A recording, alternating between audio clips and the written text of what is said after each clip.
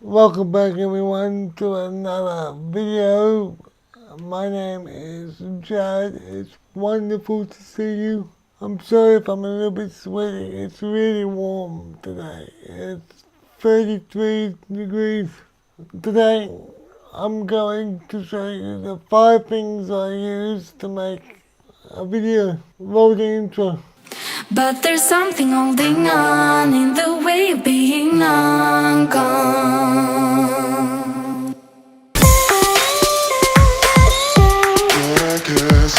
Time to wake up, time to wake up.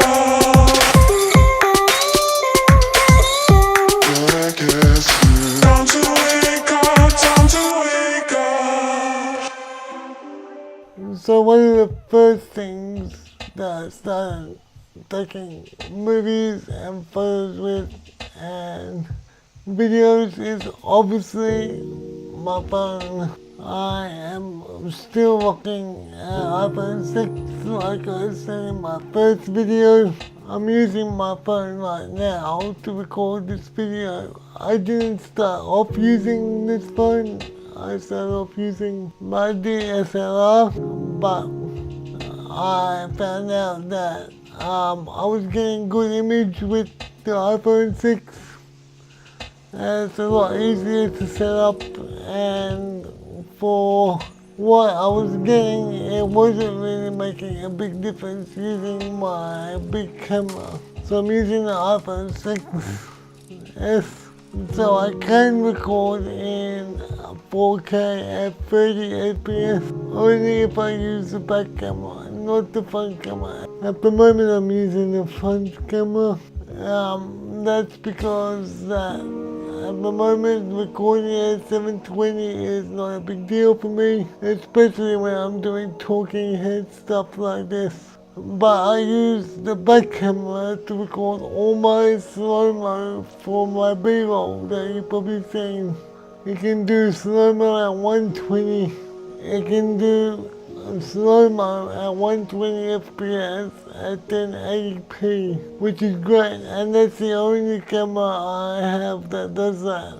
I have a GoPro Hero 5, but it stretches the image a little bit too much for my B-roll, and I'm not always happy with it. So I use the iPhone 6 a lot for my B-roll, and I use that slow-mo at 120, and that works really well so far.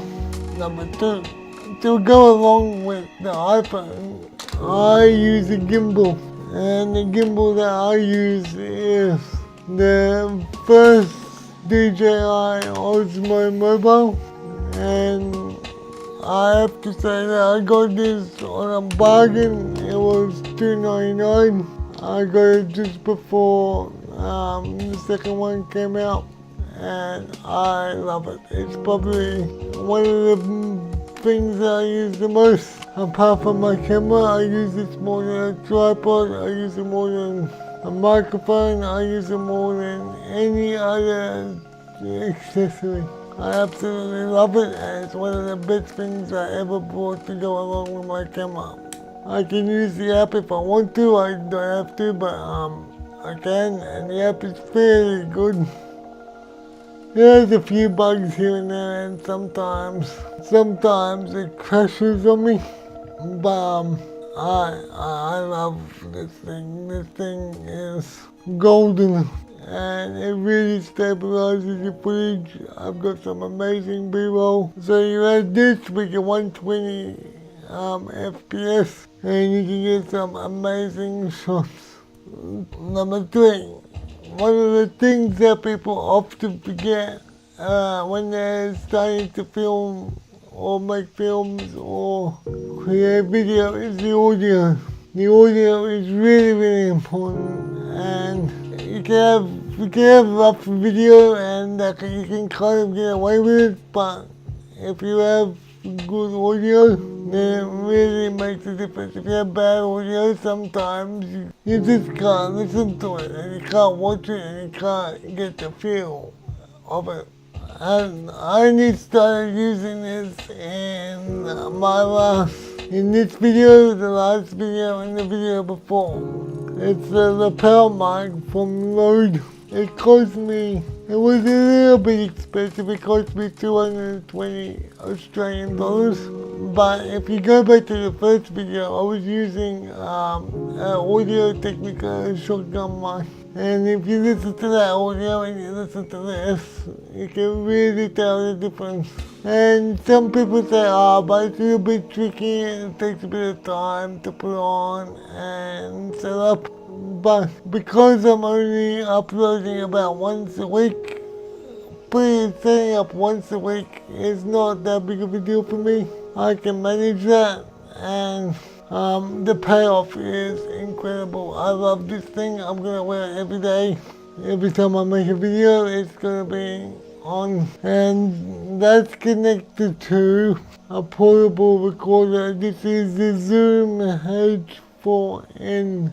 And they still sell these, even though I got this about 4 years ago. This is still on the market. This is probably one of the best audio things I've ever bought. I'm a DJ and I go through audio equipment. You have no idea how much money I have spent on audio equipment. And I have to say, this thing is incredible. You can use it as an audio interface for your computer. You can plug any microphone in. You can have phantom power microphones like this one that requires phantom power. You can do that off 4 AA batteries, or it can run off USB. There's 2 mics on the top. There's something crazy like 7 inputs. You can mount it to your camera. It is so good. I can't speak highly enough about the Zoom H4n. Okay, so you know I use my iPhone and you know I use a gimbal. Tip number 4 is my DSLR. This is a Nikon D750. It can do full frame at 1080p. It's amazing. It's so good. The photos, oh my god. I'm using an 18 to 55mm. Unfortunately, this is a crop lens, so I'm not getting that full frame image. But I also do have a 50mm and a 30mm, and the 50mm can do full frame at 1080p. And that 50mm is, there's a good reason why they call it a nifty 50, because it really, really is. The last thing, number 5, is your computer. I am running an Apple MacBook Pro early 2015, so the old one. No USB-C, no touch bar, 8 gig of RAM, and it does me well. It does an amazing job. I'm not missing the USB-C at this point. I'm guessing in a couple of years I might need to get that one, but right now when I'm doing 1 to 2 videos a week, I'm not missing that speed or that the luxury of a touch bar or USB-C. I use Final Cut Pro, so that uses the RAM to render rather than the video card, so it's really fast. So there you go guys, 5 things that I use in every video. I hope you have a wonderful week, and remember to subscribe and like and share it. Go out and be creative, and I will see you in the next one.